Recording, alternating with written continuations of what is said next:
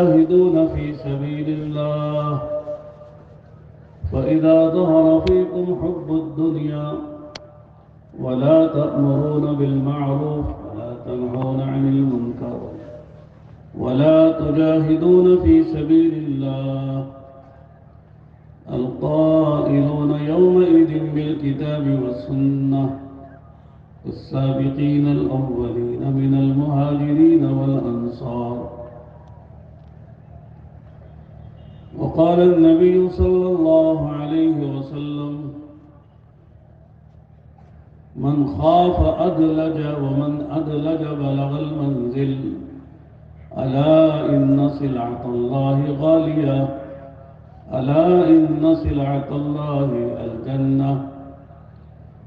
وقال النبي صلى الله عليه وسلم بادروا بالأعمال سبعا هل تنتظرون إلا فقرا منسيا أو غنى مطغيا أو هرما مفندا أو موتا مجهزا أو الدجال فشر غائب ينتظر بالساعة فالساعة أدهى وأمر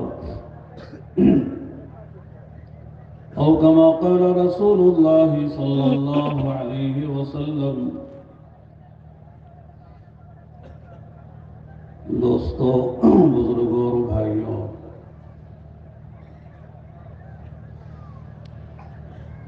اللہ تعالیٰ نے دنیا میں ہم انسانوں کو بہت مختصر وقت کے لیے بنایا ہے. دنیا کی مخلوق جتنی ہے اس کی زندگی طویل ہے. آسمان کی عمر بہت لمبی ہے، چاند و سورج کی زندگی بہت لمبی ہے، پہاڑوں کی، دریاؤں کی، فضاؤں کی بڑی بڑی لمبی زندگیاں ہیں ان کی. اس لیے کہ ہم دنیا میں آئے نہیں تھے، اس سے پہلے یہ ساری کائنات بن چکی تھی.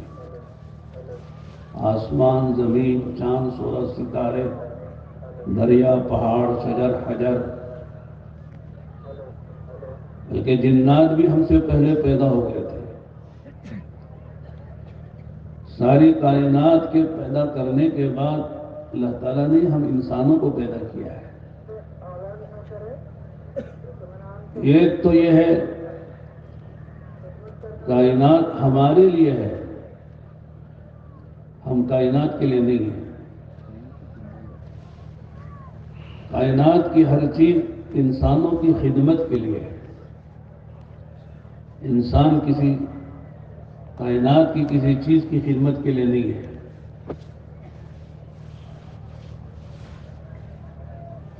اللہ تعالیٰ نے کائنات کو پیدا کر کے کائنات کی ہر چیز کو انسان کے لیے مسخر کیا ہوا ہے. وَسَخَّرَ لَكُم مَّا فِي الْأَرْضِ جَمِيعًا، پیدا بھی کیا ہے اور مسخر کیا ہے، کام میں لگایا ہے تمہارے لیے. سورج اور چاند کی روشنی ہمارے لیے ہے، ہوائیں ہمارے لیے ہیں، سمندر و سمندر کی ہر مخلوق ہمارے لیے ہے، جنگل اور جنگل کی تمام چیزیں ہمارے لیے ہیں، زمین اور زمین کے اندر کے سارے خزانے ہمارے لیے ہیں. ہم کس کے لیے ہیں؟ قرآن میں بھی حدیث میں بھی آقا نے فرمایا، اللہ نے فرمایا ان الدنیا خلقت لکم وانکم خلقتم للآخرہ. یہ ساری دنیا اللہ نے تمہارے لیے بنائی ہے. اسی لیے انسان اللہ کے غیر کا سجدہ نہیں کرتا ہے، اس لیے کہ انسان تو کائنات کا خلاصہ ہے، دلہا ہے، کائنات کا آقا ہے، مخدوم ہے، کائنات کا بادشاہ ہے، اور کائنات کی ہر چیز اس کی خادم ہے، غلام ہے، اور اللہ نے بنایا ہے. اس لیے انسان نہ آسمان کو سجدہ کرتا ہے، نہ زمین کو، نہ پہاڑوں کو، نہ پتھروں کو، نہ کسی چھوٹی بڑی مخلوق کو۔ دھوکہ انسان کو لگتا اس وجہ سے ہے کہ چیزوں کا نفع سامنے آتا ہے اور بعض چیزوں کا نقصان سامنے آتا ہے، اور انسان یہ سمجھتا ہے کہ یہ نفع دینے والی ہیں، اس لیے اس کے سامنے جھک جاؤ، اس سے فائدہ اٹھانا ہے، اور یہ چیز نقصان دینے والی ہے اس لیے اس کے سامنے جھک جاؤ، اس لیے کہ اس کے نقصان سے بچنا ہے۔ حالانکہ کسی چیز میں نفع نقصان ذاتی نہیں ہے، اللہ کا پیدا کردہ ہے۔ اللہ ظاہر کرے نقصان تو نقصان ظاہر ہوگا، اللہ نفع ظاہر کرے تو نفع ہوگا۔ قرآن کریم میں جو واقعات اللہ تعالیٰ نے نبیوں کے ذکر کیے ہیں اس میں یہی سمجھایا ہے کہ نفع نقصان کے مالک اللہ کا غیر اللہ کے بغیر کچھ نہیں کر سکتا، ہمارا ایمان ہے۔ اللہ اپنے غیر کے بغیر سب کچھ کر سکتے ہیں۔ سارے اسباب علماء لکھتے ہیں کہ ایسے جیسے یہ خالی برتن ہے، اوزارے کے خالی برتن میں جو ڈالا جائے گا وہی آئے گا۔ آپ کے پاس ایک برتن ہے خالی ہے، اس میں آپ دودھ ڈالیں تو دودھ سے بھرے گا، پانی ڈالیں گے تو پانی سے بھرے گا، شہد ڈالیں گے تو شہد سے بھرے گا، جو ڈالیں گے اس کے اندر آئے گا۔ یہ نہیں کہ صاحب دودھ ڈالے تو پانی سے بھر جائے، پانی ڈالے تو دودھ سے بھر جائے، ایسا نہیں ہوگا نا، جو ڈالیں گے وہی ہوگا۔ تو اس طرح دنیا کے جتنے اسباب وسائل ہیں اور جتنی مخلوقات ہیں جن سے ہم کو نظر آتا ہے ان کا نفع ہوتا ہے، ان سے نقصان ہوتا ہے، ان سے کچھ نہیں ہوتا ہے۔ اللہ نفع ڈالے تو نفع آئے گا، نقصان ڈالے تو نقصان آئے گا۔ حضرت موسیٰ علیہ السلام کا قصہ ہم سنتے رہتے ہیں۔ موسیٰ علیہ السلام کے ہاتھ میں لاٹھی تھی، اللہ نے پوچھا وما تلک بیمینک یا موسیٰ، اے موسیٰ تمہارے داہنے ہاتھ میں کیا ہے؟ اب یہاں سوچو، یہ سوال اللہ نے اس لیے کیا کہ اللہ کو معلوم نہیں تھا؟ معلوم تھا کہ نہیں اللہ کو، لیکن ایک سبق دینا ہے، یقین بنانا ہے۔ موسیٰ علیہ السلام کا نہیں، ان کے ذریعے سے سب کا یقین بنانا ہے اور ہمارا بھی یقین بنانا ہے، اس لیے کہ یہ قصہ ہماری کتاب قرآن میں ہے اور قرآن ہمارے نبی پر نازل ہوا ہے اور اس امت کے لیے نازل ہوا ہے۔ گویا کہ قصہ سنا کر ہمارا یقین بنانا ہے۔ وما تلک بیمینک یا موسیٰ، موسیٰ تمہارے دانے ہاتھ میں کیا ہے؟ علماء نے بہت سے مسائل اس سے نکالے ہیں۔ اگر آدمی ہاتھ میں عصا لینا چاہے تو داہنے ہاتھ میں لینا چاہیے، بائیں ہاتھ میں نہیں لینا چاہیے۔ خطیب صاحب عصا پکڑے تو سیدھے ہاتھ میں پکڑے، بائیں ہاتھ میں نہ پکڑے، اس لیے کہ یہاں داہنے کا ذکر ہے۔ وما تلک بیمینک یا موسیٰ، یمین کے معنی داہنا، سیدھا، ہماری زبان میں سیدھا ہاتھ، الٹا ہاتھ، کہ تمہارے سیدھے ہاتھ میں کیا ہے؟ قال ہی عصای، قال موسیٰ علیہ السلام نے عرض کیا، میں چونکہ ہم پڑھتے پڑھانے والے لوگ ہیں، چھوٹی چھوٹی باتوں پہ نگاہ جاتی ہے، اس میں ماشاءاللہ سمجھدار حضرات ہیں، اس لیے میں کچھ چھوٹی باتیں بھی ذکر کرتا ہوں تاکہ ہماری زبان بھی صحیح ہو۔ ہم کس سے بات کر رہے ہیں، چھوٹے سے یا بڑے سے؟ تو چھوٹے سے کہیں تو الگ ہوتا ہے، بڑے سے کہیں تو الگ ہوتا ہے۔ اللہ اگر نبی سے کہہ رہے ہیں تو کہیں گے اللہ نے نبی سے فرمایا، اگر نبی اللہ سے کہہ رہے ہیں تو کہیں گے نبی نے اللہ سے عرض کیا۔ سمجھ میں آ رہا؟ اور سمجھ میں آ رہا نا؟ آپ لوگ اردو دان تو ہے ماشاءاللہ، اچھی اردو بولتے ہیں، بیلگام والے پورا علاقہ شاندار اردو بولتا ہے، بنگلور والوں سے اچھی اردو ہوگی آپ کی۔ جب چھوٹا بڑے سے بات کرے گا تو کہا عرض کیا، اور بڑا کہے گا تو فرمایا، نبی نے صحابہ سے فرمایا اور صحابہ نے نبی سے عرض کیا۔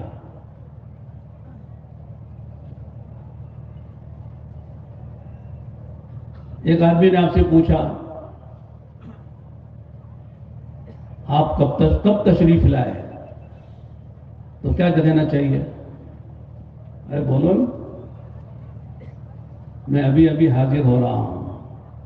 اگر آپ کہیں میں ابھی ابھی تشریف لا رہا ہوں تو کہیں دماغ خراب ہے، بولنا بھی نہیں آتا ہے۔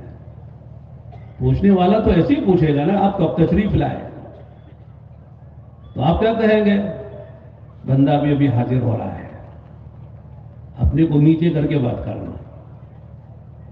اگر آپ سے کوئی پوچھے آپ کا دولت خانہ کہاں ہے، اب میرا دولت خانہ بنگلور میں ہے، کہنا چاہیے میرا غریب خانہ فلاں جگہ ہے۔ وہ تو دولت خانہ کہہ کے آپ عزت دے کے بات کرے گا، لیکن آپ کو نیچے اتر کے بات کرنی ہے کہ بندے کا غریب خانہ فلاں علاقے میں ہے۔ لوگ کہتے ہیں میں ابھی ابھی فرما رہا تھا، بھئی ابھی ابھی میں عرض کر رہا تھا۔ فرمانا خود کو نہیں بولیں گے، اللہ فرماتے ہیں، نبی فرماتے ہیں، صحابہ فرماتے ہیں، علماء فرماتے ہیں، اور میں عرض کرتا ہوں۔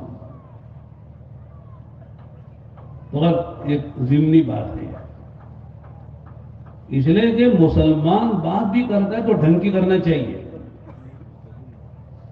کس سے ہم بات کر رہے ہیں؟ ہماری ہاں جماعتیں بنائی جاتی ہیں، تو کہتے ہیں جماعت مکمل کرنا ہے، مکمل نہیں بولنا، مکمل بولنا۔ ہماری جماعت مکمل ہو گئی، مکمل نہیں، مکمل کہتے ہیں مکمل کرنے کو، پوری کرنے کو مکمل کہتے ہیں، جس کو جو پورا کر دیا گیا۔ سمجھ میں آ رہا ہے؟ یہ باتیں نہیں بولنا چاہیے آپ کو، ہمارے سے متعلق نہیں بولنا ہے، ہمارے سے اس لیے بول رہا ہوں۔ جماعت مکمل ہو گئی، اس لیے بولتے ہیں کہ صاحب ہم عربی پڑھے ہوئے نہیں ہیں۔ مکمل جو ہے وہ اس میں فاعل ہے، مکمل اس میں مفعول ہے، اس میں فاعل اس میں مفعول میں زمین و آسمان کا فرق ہے۔ جو قاتل اور مقتول میں فرق ہے نا، کیا ہے؟ قاتل کے معنی قتل کرنے والا، مقتول کے معنی اس کو قتل کر دیا گیا۔ یہ زمین و آسمان کا فرق ہوتا ہے، اس میں فاعل اس میں مفعول میں۔ تو چونکہ ہمارے ساتھی استعمال کرتے اس لیے بات نکل گئی۔ تو قال کے معنی حضرت موسیٰ علیہ السلام نے عرض کیا، اللہ نے فرمایا وما تلک بیمینک یا موسیٰ، اے موسیٰ تمہارے داہنے ہاتھ میں کیا ہے؟ تو موسیٰ علیہ السلام نے یہ نہیں کہا کہ اللہ تو جانتے ہیں میرے ہاتھ میں کیا ہے۔ موسیٰ کو معلوم تھا میرے ہاتھ میں کیا اللہ جانتے ہیں، لیکن جو کہ اللہ نے پوچھا ہے کچھ اس کی مصلحت ہے، کچھ حکمت ہے، اس کے پیچھے کوئی بڑا درس و سبق ہے، اس لیے موسیٰ علیہ السلام نے بھی سیدھا سیدھا جواب دیا، قال ہی عصای، اے اللہ یہ میری لاٹھی ہے۔ صرف اتنا کہتے کافی تھا، قال ہی عصا، یہ لاٹھی ہے، عصایا میری لاٹھی ہے، اپنی طرف منسوب کیا۔ تو اللہ تعالیٰ نے فرمایا القھا یا موسیٰ، اے موسیٰ علیہ السلام اس کو نیچے ڈالو۔ ہم ہوتے تو عقل کے بندے ہیں نا، عقل پہ چلنے والے. کہتے ہیں لماذا القی ما فائدہ القاء هذه العصا على الارض، اس لاٹھی کو زمین پہ کیوں ڈالو؟ ڈالنے کا کیا فائدہ ہے؟ میرا اور نفع کا ہے، ڈالنے کو کیوں ڈلوا رہے آپ؟ اس لیے کہتے ہیں بندے مومن حکم کو دیکھتا ہے، عقل پر نہیں چلتا ہے. میری عقل کہہ رہی کرنا ورنہ کروں، عقل کہے کہو کرو تو کروں گا، عقل کرے نہ تو نہیں کروں گا، ایسا نہیں ہے. اس لیے کہ میرے دوستو جتنی بڑی بڑی چیزیں ہیں عقل میں نہیں آتی ہیں. آتی ہے؟ عقل ہی عقل میں نہیں آتی ہے. آتی ہے؟ ایک آدمی عقل مند ہے، ایک آدمی اسے کہتا دکھاؤ کہاں ہے عقل، نہیں دکھا سکتا. علامت سے پہچان جاتا ہے عقل مند آدمی ہے، دیوانہ پاگل ہے.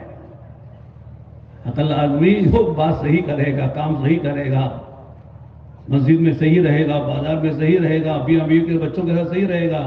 اور پاگل آدمی اسے پتہ نہیں چلے گا مسجد کیا ہے، بازار کیا ہے، گھر کیا ہے، کون بیوی ہے، کون ماں ہے، کون بیٹی ہے.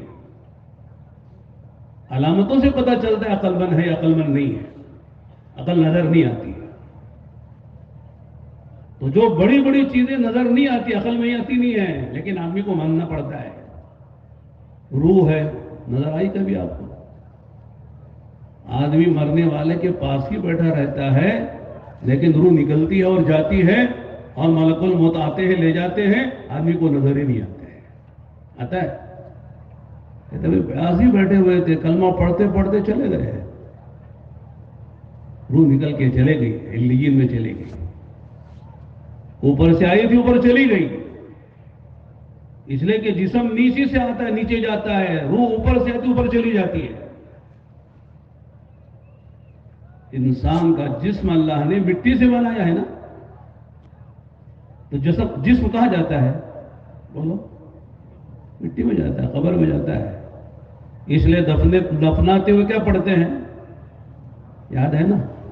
منہا خلقناکم، منہا اے منہا التراب خلقناک یا ایھا الانسان، اے انسان ہم نے تجھے اسی مٹی سے پیدا کیا ہے. وفیہا نعیدکم، اور دوبارہ اسی مٹی میں لے جا رہے ہیں، جہاں تھا وہاں لے جا رہے ہیں. عاد یعود کے معنی جہاں سے تھے وہاں سے وہاں لے جانا. ومنہا نخرجکم تارۃ اخری، پھر اسی مٹی سے دوبارہ تجھے اٹھائیں گے. دوبارہ کے معنی پہلے بھی اسی مٹی سے بنایا تھا، دوبارہ اسی مٹی سے دوبارہ تجھے اٹھائیں گے، تیرے جسم کو اٹھائیں گے. تو جسم بنا ہے مٹی سے، مٹی میں جا رہا ہے. اور روح کے بارے میں پوچھا تھا یسألونک عن الروح، روح کیا چیز ہے، روح کی کیا حقیقت ہے؟ اللہ نے فرمایا قل الروح من امر ربی، کہو روح میرے رب کا امر ہے. اللہ کے حکم سے ایک چیز آتی ہے جس سے انسان زندہ ہوتا ہے اور انسان سمجھا جاتا ہے. اور پھر جو نکل جاتی تو آسمانوں پہ دوبارہ جہاں سے آتی وہاں چلی جاتی ہے. روح کو فنا نہیں ہے، جسم کو فنا ہے. روح بدلتی رہتی نہیں ہے، جسم بدلتا رہتا ہے. جسم موٹا بھی ہوتا ہے، دبلا بھی ہوتا ہے، بچہ بھی ہوتا ہے، جوان بھی ہوتا ہے، یہ سب ہوتا رہتا ہے. روح میں یعنی آدمی کے جسم میں تبدیلی آتی رہتی ہے.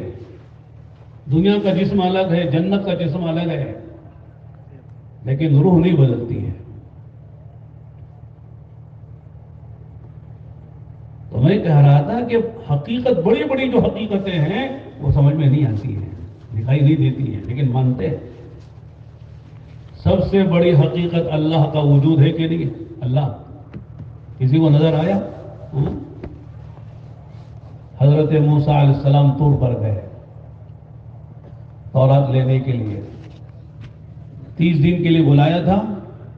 تورات 40 دن میں تورات ملی، اور اللہ نے بات کی، اللہ سے بات ہوئی. تو موسیٰ علیہ السلام کو اللہ تعالیٰ سے بات کرنے میں بڑا مزہ آیا. آتا کہ نہیں آتا اللہ سے بات کرنے میں؟ اللہ سے بات، اوہ کتنی بڑی بات ہے. اس لیے ان کا نام ہے موسیٰ کلیم اللہ. موسیٰ وہ جن سے اللہ نے بات کی، بات چیت ہوئی. تو موسیٰ علیہ السلام نے عرض کیا کہ اللہ بات تو کرنے میں بڑا مزہ آیا ہے سننے میں، لیکن آپ کا جلوہ بھی تو دکھائیے، آپ کو دیکھ تو لو ذرا اپنی آنکھوں سے. قال رب ارنی انظر الیک، اے اللہ دکھا دیجئے تاکہ میں آپ کو کا دیدار کر لوں. اللہ نے فرمایا قال لن ترانی لن ترانی. یہ علماء ہیں، پوچھو ان سے لا اور لن میں کیا فرق ہے. لا ترانی نہیں کہا، لن ترانی، یعنی ہرگز نہیں دیکھ سکتے دنیا میں. عربی میں لا بھی آتا ہے لن بھی آتا ہے. اگلے فیوچر میں کوئی کام کرنا نہ کرنے کے بارے میں یہ لفظ استعمال ہوتا ہے. مثال کے طور پر آپ نے کہا کہ تشریف لائیے، تفضل معنا. آپ کہیں لا آتی، نہیں آؤں گا. آگے کہیں کہ لن آتی، ہرگز نہیں آؤں گا. نفی میں تاکید پیدا کرنے کے لیے بجائے لا کے لن استعمال ہوتا ہے. تو اللہ نے کہا کہ اللہ ترانی نہیں کہا، لن ترانی، ہرگز نہیں دیکھ سکو گے. اس لیے کہ اللہ پاک نے دنیا کی ان آنکھوں میں اللہ کے دیکھنے کی طاقت رکھی نہیں ہے. کمزور آنکھیں. خلق الانسان ضعیفا، انسان کے سارے اعضاء اور سارے اعضاء کی قوتیں کمزور ہیں. ہم کہتے ہیں نا ہم بہت 30 مار خواہ ہیں، ہم بولتے کہ جانتے کون ہوں میں؟ بہت سے لوگوں کو غرہ ہوتا ہے، غرور ہوتا ہے. جانتے کون ہو؟ ایک بزرگ سو رہے تھے، بادشاہ کی سواری گزری. اللہ والے ہوتے ہیں، ان کو کسی سے لینا دینا تو ہوتا نہیں. اٹھے نہیں وہ، تو بادشاہ نے جا کر گئے لات ماری. تو حضرت آنکھ ملتے ہوئے اٹھے. تو بادشاہ غرور سے بھرا ہوا ہوتا ہے. جانتے کون ہوں میں؟ بزرگ ہیں، انہوں نے کہا وہی تو سوچ رہا ہوں کس جانور نے لات ماری ہے. اس لیے کہ لات مارنا تو جانور کا کام ہے، انسان تھوڑی لات مارتا ہے. سینگ مارنا بیل کا کام ہے اور گدھے کا کام لات مارنا ہے. کون سا جانور ہے؟ گدھا ہے. کون سا جانور ہے؟ کس نے لات ماری؟ تو انسان کی کیا حقیقت ہے جس سے آدمی کو غرہ ہو کہ ہم بھی کچھ ہیں؟ کچھ نہیں، انسان کچھ نہیں ہے، بہت کمزور ہے. آپ کہتے ہیں میں بہت اونچا، بہت دور دیکھتا ہوں. آپ ہدہد سے زیادہ دور نہیں دیکھ سکتے. سلیمان علیہ السلام کی فوج میں ہدہد تھا، قصہ ہے نا قرآن میں. غائب ہو گیا تھا، حضرت نے بلایا تھا، اس نے معذرت کی تھی، عذر پیش کیا تھا. وہ ہوتا کیوں تھا؟ سلیمان السلام کی فوج میں اس کا کیا کام تھا؟ کہتے ہیں کہ وہ میلوں اوپر سے جہاں فوج کو پڑاؤ ڈالنا تھا وہاں دیکھتا تھا پانی ہے کہ نہیں زمین کے اندر. میلوں اندر پانی کو جان جاتا تھا وہ. ہم کو سمجھ میں آتا پانی کتنی ہے یہاں، کتنی گہرائی میں پانی ہے. حدود پانی زمین کے اندر دیکھ رہا ہے. شاہین ایک پرندہ ہے، باز جسے کہتے ہیں، میلوں اوپر سے سوئی نیچے پڑی تو دیکھ لیتا ہے. ہم نہیں دیکھ سکتے. پرندوں کو اللہ تعالیٰ نے اتنی طاقت دیکھنے کے اعتبار سے دی ہے.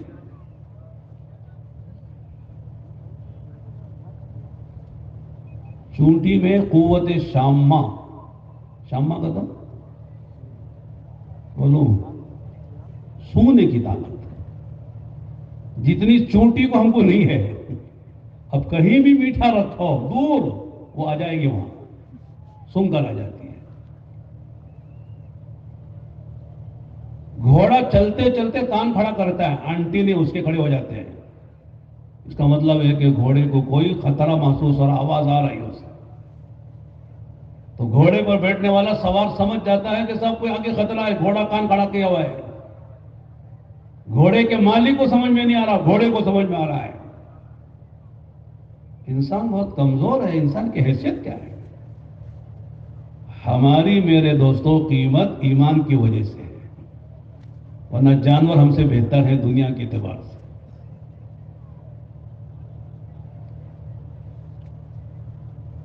تو میں کہہ رہا تھا کہ جو بڑی بڑی حقیقتیں سمجھ میں نہیں آتی ہیں، تو موسیٰ علیہ السلام نے اللہ سے عرض کیا کہ اللہ رب ارنی انظر الی، قال لن ترانی ولكن انظر الى الجبل فإن استقر مكانه فسوف ترانی۔ موسیٰ یہ پہاڑی طور پہاڑ ذرا اسے دیکھتے رہنا، ابھی ہم اس پر تجلی ڈالیں گے ہلکی سی معمولی سی، فإن استقر مكانه فسوف ترانی، اگر یہ پہاڑ اپنی جگہ جم کے رہا جیسے ہے تو تم مجھے دیکھ سکو گے۔ فلما تجلى ربه للجبل جعله دكا وخر موسى صعقا۔ کیا قرآن ہے، سمجھ میں آیا تو مزہ ہے، نہیں سمجھ میں تو کیا ہے۔ گھاس اور زعفران برابر ہے، زعفران اور گھاس برابر ہے۔ اللہ نے جب اتنا سی تجلی ڈالی تو قرآن کہتا ہے پہاڑ کے پرخشے اڑ گئے، جل گیا، خاک سرما ہو گیا۔ تجلی تو پڑی پہاڑ پہ، اب موسیٰ کھڑے دور، لیکن یہاں موسیٰ بے ہوش ہو کے گر گئے۔ خر موسیٰ صعقا فلما افاق قال سبحانك تبت الیک وانا اول المؤمنین۔ نبی ہوتے ہیں، احساس ہوا، ہوش آیا کہ اللہ توبہ کرتا ہوں ایسی درخواست کرنے سے جو نامناسب ہے، توبہ کرتا ہوں، رجوع کرتا ہوں۔ دیکھو غلطی ہو جائے تو رجوع کرنا پڑے گا، سمجھ میں آ رہا ہے؟ غلطی ہوگی، نبی تو رجوع کر رہے ہیں اور آپ رجوع نہیں کرنا چاہتے۔ انسان ہو غلطی ہوگی، انسان کو عقل کتنی ملی ہے، علم کتنا ملا ہے۔ وما اوتیت من العلم الا قلیلا، قرآن کہتا ہے تم کو جو علم دیا تھوڑا علم دیا ہے، تھوڑا علم ہے، تھوڑے میں بھی تھوڑا ہے۔ علم کس کی صفت ہے بولو، کس کی؟ وہ بھی بولنا مشکل ہے۔ اللہ کی صفت ہے، کس کی ہے؟ اب بولو، اللہ کی صفت ہے، اور اللہ جیسے بڑے ہیں ان کا علم بھی بڑا ہے۔ کوئی آدمی یہ نہیں کہہ سکتا کہ صاحب مجھے سارے علوم آ گئے، ساری چیزیں میں جانتا ہوں۔ یہ دھوکہ ہے، دھوکہ، شیطان کا دھوکہ ہے۔ شیطان کو یہ دھوکہ لگاتا کہ میں جانتا ہوں، نہیں جانتے، سب نہیں جانتے۔ اب یہ باتیں علماء میں کہنے کی ہیں، اس لیے میں یہ اسٹاپ کرتا ہوں۔ علماء کے مجلس ہوتا اور باتیں کھل کر کہی جا سکتی ہیں،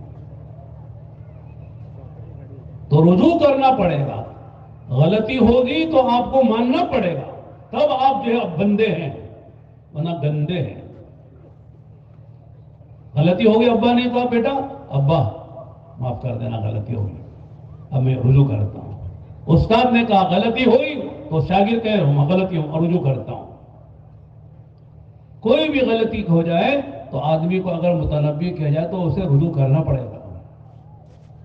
حضرت عمر رضی اللہ عنہ دے رہے تھے خطبہ، اور خطبے کے دوران مصلحتاً یہ حکم جاری کرنا چاہا کہ جو لوگ اپنی مستورات، اپنی بیویوں کے مہر میں زیادہ مبالغہ کر کے مہر طے کریں گے، اس زیادتی کو میں لے کر داخل کر دوں گا بیت المال میں، زیادہ مہر نہ کرو۔ یہ مسئلے تھے حضرت نے، شاید لوگوں نے مہر بڑھانے زیادہ دینا شروع کر دیا ہو، تو ایک بڑی عورت کھڑی ہوئی، اس زمانے میں عورتیں بھی آتی تھیں خلفائے راشدین کے بیانات سننے کے لیے۔ تو ایک عورت نے کہا امیر المؤمنین آپ کی بات مانے یا قرآن کی بات مانے؟ کیا ہمت ہوتی تھی عورتوں کی بھی، اور اس لیے ہمت ہوتی تھی کہ ان کو معلوم تھا کہ میں کہوں گی تو سنیں گے، بٹھانیں گے نہیں ذرا دھمکا کے، تو کہنے لگے ارے میری بات قرآن کے خلاف ہے، کیا بات ہو گئی، کیا غلطی مجھ سے ہوگی؟ اب آیتیں ہیں، پڑھنے کا موقع نہیں ہے۔ اس عورت نے آیتوں کی طرف اشارہ کیا، 5ویں پارے کی آخری آیتیں ہیں۔ انہوں نے کہا کہ قرآن تو کہتا ہے کہ اگر تم میں سے کوئی آدمی اپنی بیوی کو طلاق خلا دے اور مہر ڈھیر کا ڈھیر مہر دیا ہوا ہو تو اس مہر کو واپس نہ لے۔ تو قرآن کا اشارہ ہے کہ ڈھیر کا ڈھیر مہر دیا جا سکتا ہے، اور وہ بھی واپس لینے کو منع کر رہا ہے قرآن، طلاق خلا کی شکل میں۔ آپ کہہ رہے ہیں مہر زیادہ دینے کو منع کر رہے ہیں، اور زیادہ بنے گا تو اس کو بیت المال میں داخل کر دوں گا، یہ کہہ رہے ہیں آپ۔ حضرت عمر نے کیا لوگ تھے ہمارے بڑے اسلاف، یہ ہے اکابر، یہ ہے امت کے مقتدی پیشوا، جن کے پیچھے امت کو چلنے کا اللہ کے نبی نے حکم دیا ہے، علیکم بسنتی وسنت الخلفاء الراشدین المہدیین، کہ تم پر میری سنت اور میرے جو خلفاء جو ہدایت یافتہ ہیں، صحیح راستے پر ہیں، ان کی سنت پہ چلنے کی تاکید کرتا ہوں۔ فوراً کہنے لگے لوگوں میں اپنی بات لیتا ہوں واپس، بڑی بھی نے بات صحیح کہی ہے، سب کے سامنے اعتراف کیا، اپنی بات سے رجوع کیا ہے۔ اس کو کہتے ہیں رجوع کرنا، یعنی اپنی بات پہ اڑ جانا۔ قال سبحانک تبت الیک، اے اللہ تو پاک ہے، تو بے عیب ہے، ان آنکھوں میں دیکھنے کی طاقت نہیں ہے، تو نے جو کہا نا لن ترانی کہہ کر، وانا اول المؤمنین، اس بات کو سب سے پہلے میں مانتا ہوں۔ دیدار ہوگا اللہ کا قیامت میں اور جنت میں ہوگا، اور اللہ کی جو نعمتیں اہل جنت پر ہوں گی، ان نعمتوں میں بڑی سے بڑی جو نعمت ہے وہ اللہ کا دیدار ہے۔ اللہ ہم سب کو نصیب فرمائے۔ اللہ کی دیدار کے لیے آنکھوں کو پاک رکھنا ضروری ہے، آنکھیں گندی نہ ہوں، غیر محرم کو دیکھ کر، بیجا غلط چیزوں کو دیکھ کر آنکھیں گندی ہوں گی، میرے دوستوں مشکل ہے دیدار خداوندی۔ تو میں کہہ رہا تھا کہ اللہ سب سے بڑا حق ہے، حقیقت ہے، لیکن کوئی اسے نہ دیکھ سکتا ہے نہ عقل میں سمو سکتا ہے اسے۔ تو میں اس لیے عرض کر رہا تھا کہ دین کی بہت ساری باتیں سمجھ میں نہیں آتی ہیں، لیکن ہم مانتے ہیں، مانتے کہ نہیں مانتے؟ روح کو مانتے نظر نہیں آتی، عقل کو مانتے نظر نہیں آتی، جنت و جہنم کو ایمان ہے، نہیں دیکھا نہ جنت دیکھی نہ جہنم دیکھی۔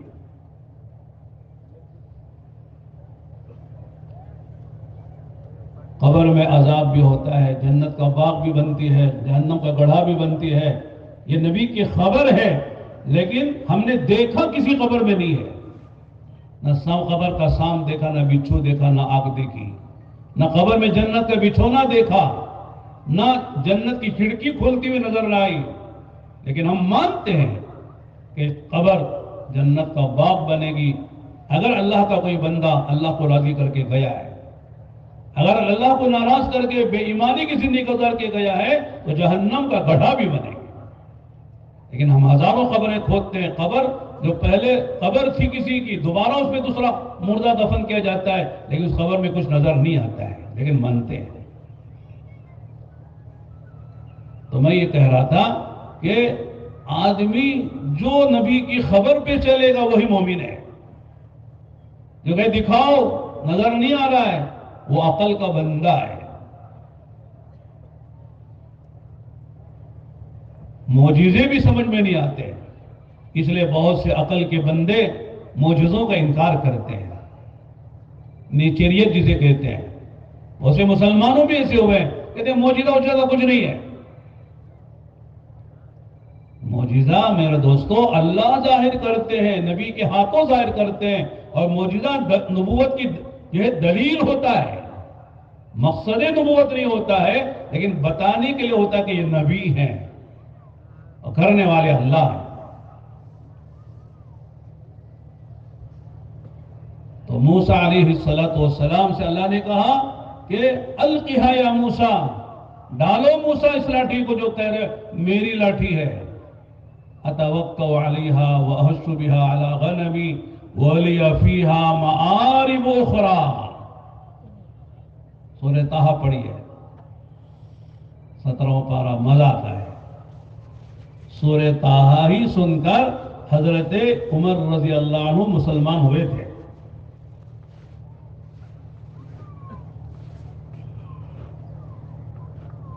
ہاں میری لاٹھی ہے، اس سے میں پتے جھاڑتا ہوں اور اس سے میں بکریاں چرا لیتا ہوں، پتے جھاڑ لیتا ہوں، فلا فلا کام، بہت سے کام، ولی فیہا معارب اخری، اس میں میرے بڑے کام نفع کے ہیں، نقصان دینے والے جانوروں کو مار لیتا ہوں، سانپ بچھو کو مار لیتا ہوں، اور درختوں سے پھل توڑ کے کھاتا، جو بھی فائدہ نقصان کی ساری چیزوں کی طرف اشارہ کر دیا۔ اب دارے کے ڈنڈا بتا میرا ہے اور ڈنڈے کے نفع بتائے، اللہ نے پھر کہا القھا یا موسیٰ، فالقاہا، فا تاقیب کی کہلاتی ہے، فوراً ڈالا ہے، اگر مگر چوچرا نہیں کیا ہے۔ ہم کہتے ہیں نا مولانا یہ کیوں کرنا، اس کی کیا حکمت ہے، اس کی کیا لم ہے، یہ کرنے سے کیا فائدہ ہے، نہ کرے تو کیا نقصان ہے؟ ہم پوچھتے رہتے نا، کہتے قیل و قال نہ کرو، فوراً جو کہیں وہ کرو گزرو، پھر دیکھو کیا ہوتا ہے، اللہ کی مدد کیسے آتی ہے۔ فَأَلْقَاهَا، فوراً ڈالا، تعقیب کی، فوراً ڈالا ہے، تاخیر نہیں کی، پوچھا نہیں کیوں ڈالنا ہے، کیا نفع ہے، کیا ڈالنے کی کیا مصلحت ہے۔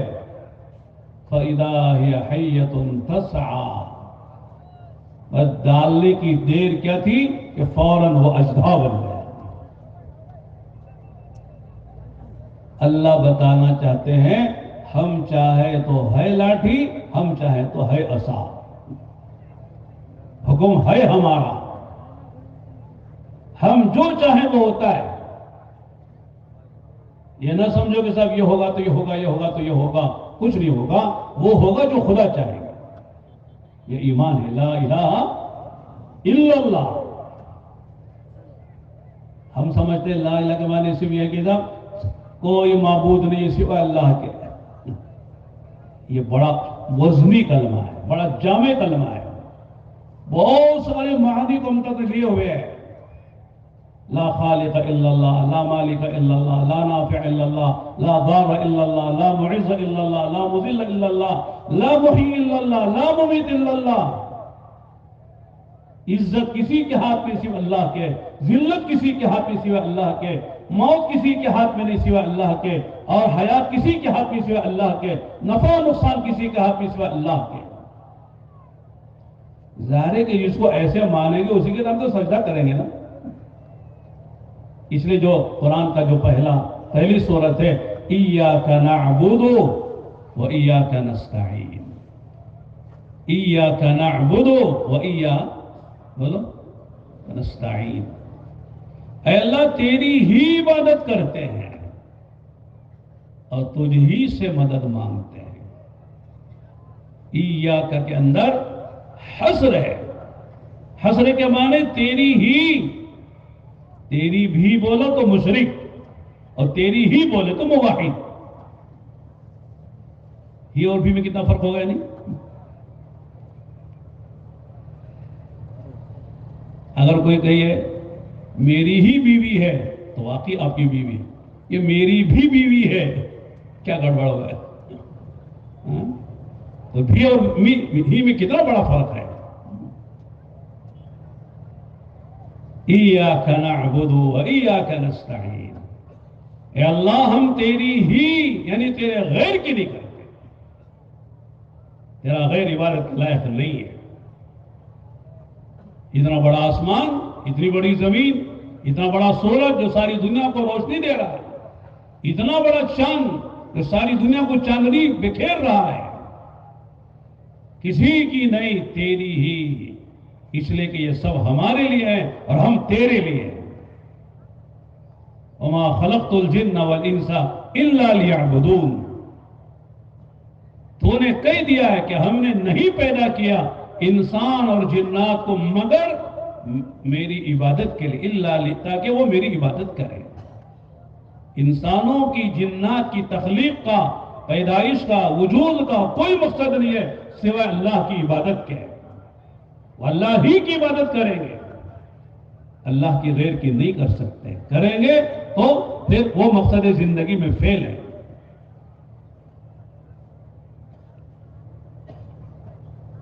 موسیٰ علیہ السلام جب ڈنڈا ڈالا ہے، لاٹھی اژدہا بنی ہے تو ڈر کے جانے لگے، دوڑنے لگے۔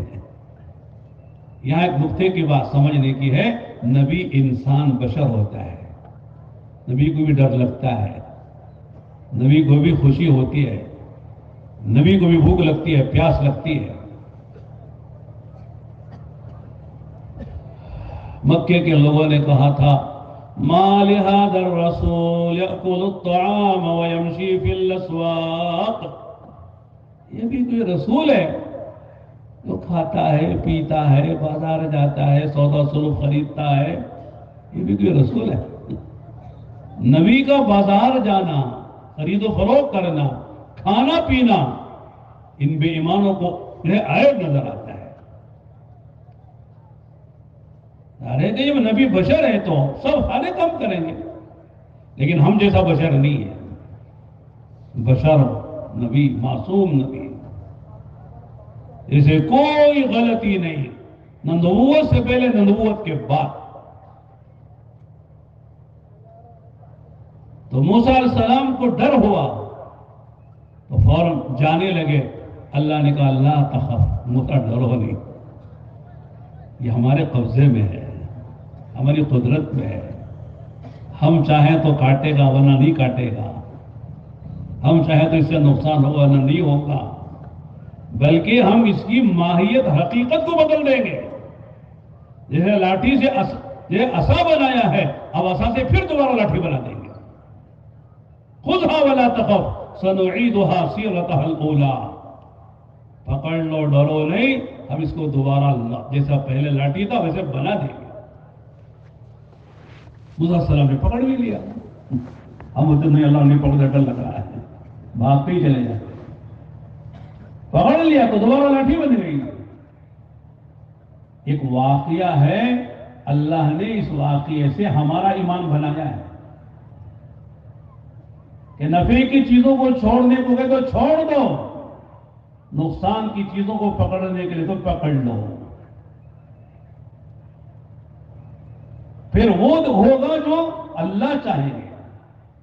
ہمارے حضرت مولانا عمر صاحب رحمۃ اللہ فرمایا کرتے ہیں اس واقعے کو بیان کر کے، تبلیغ میں بھی کہتے ہیں نفع کی دکان کو چھوڑ دو،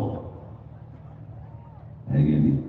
نقصان کی تبلیغ کو پکڑ لو، اللہ کے راستے میں نقصان نظر آ رہا نا، اس کو پکڑو، نفع کی دکان کو چھوڑو، پھر دیکھو اللہ تعالیٰ اس نقصان کی شکل میں نفع نکالیں گے۔